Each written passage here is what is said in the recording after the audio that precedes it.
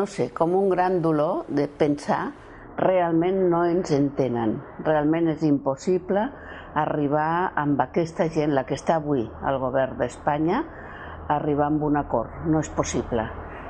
Jo fa molt temps que ja m'hi vaig adonar d'això, però també molt temps abans, durant ben bé 20 anys, vaig creure que era possible l'entesa i vaig creure que parlant i negociant ens podríem arribar a entendre i podien arribar a entendre quin era el sentiment del nostre país.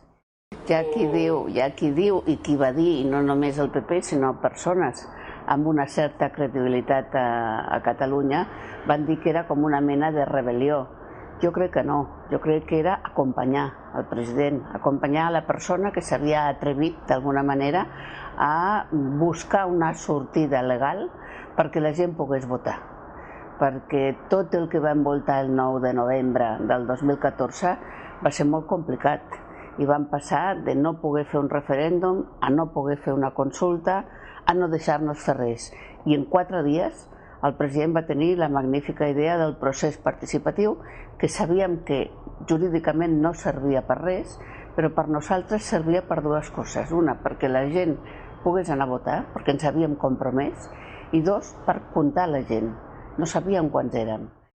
Llavors, acompanyar a la persona que havia donat la cara i que en aquell moment estava querellada, per mi no només com a persona i com a demòcrata, sinó com a presidenta del Parlament en aquell moment vaig creure que ho havia de fer, que havia d'estar al seu costat, i realment quan veus tantíssima gent al seu costat i tantíssima gent dient estem amb tu, al final un s'emociona, els sentiments estan a flor de pell, i jo la veritat em vaig emocionar quan el vam despedir i va pujar les escales ell sol.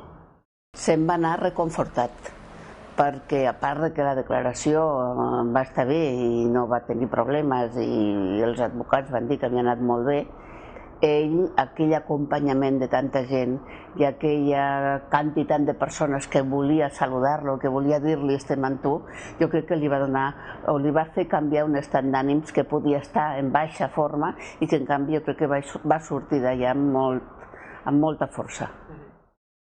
Nosaltres, quan imputen a Artur Mas pel 9 de novembre, el primer que diem és que nosaltres també hi hauríem d'estar imputats i imputades.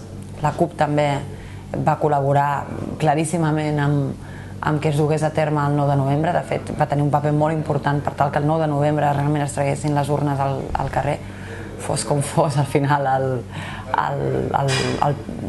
el treure de les urnes, que potser no va ser com ens hauria agradat en un inici, però que no ens van deixar més marge que fer-ho d'aquella manera. Per tant, nosaltres també vam manifestar tot el nostre suport a Artur Mas com a imputat, i el que clarament va representar aquesta imputació va ser un atac directe a un acte democràtic, a un acte massiu que posava de manifest la voluntat del poble català per tal d'expressar què és el que volia a nivell polític pel seu país.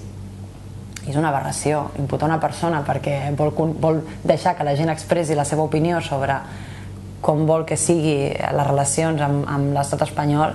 Això és una aberració i és un atac a la democràcia, a l'expressió democràtica. Un cop més, és una evidència que l'estat espanyol no deixa cap mena de marge de maniobra.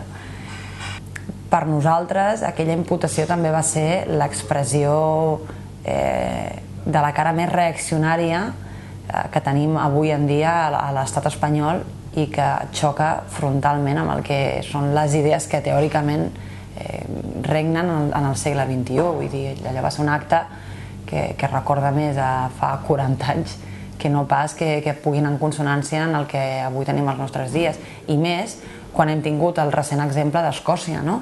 Vull dir, podem comparar com es va desenvolupar el referèndum a Escòcia, quin va ser el paper que va tenir Regne Unit o Anglaterra, i podem comparar quin està sent el paper de l'estat espanyol, que al final sembla que estigui fent una fàbrica d'independentistes amb totes aquestes accions que són reaccions contra les expressions democràtiques més senzilles i més elementals. Per tant, per part nostra, suport a Artur Mas i a les altres dues persones que van ser imputades, igual que també donem tot el nostre suport a altres persones que també són imputades quan defensen drets elementals, i en el cas de l'esquerra independentista en tenim molts. Tenim moltes persones que han estat imputades o que han estat detingudes, per exemple, en vagues generals. Doncs per nosaltres també això és una aberració, no? Vull dir, hi ha tota una sèrie de drets elementals que s'estan reivindicant i que des de l'estat espanyol, però també des del Parlament català en algunes ocasions s'han intentat apaivagar aquestes expressions de reivindicació de drets més elementals, i nosaltres sempre estarem al costat d'aquells que defensen que les persones puguem reivindicar tot allò que nosaltres considerem que és elemental.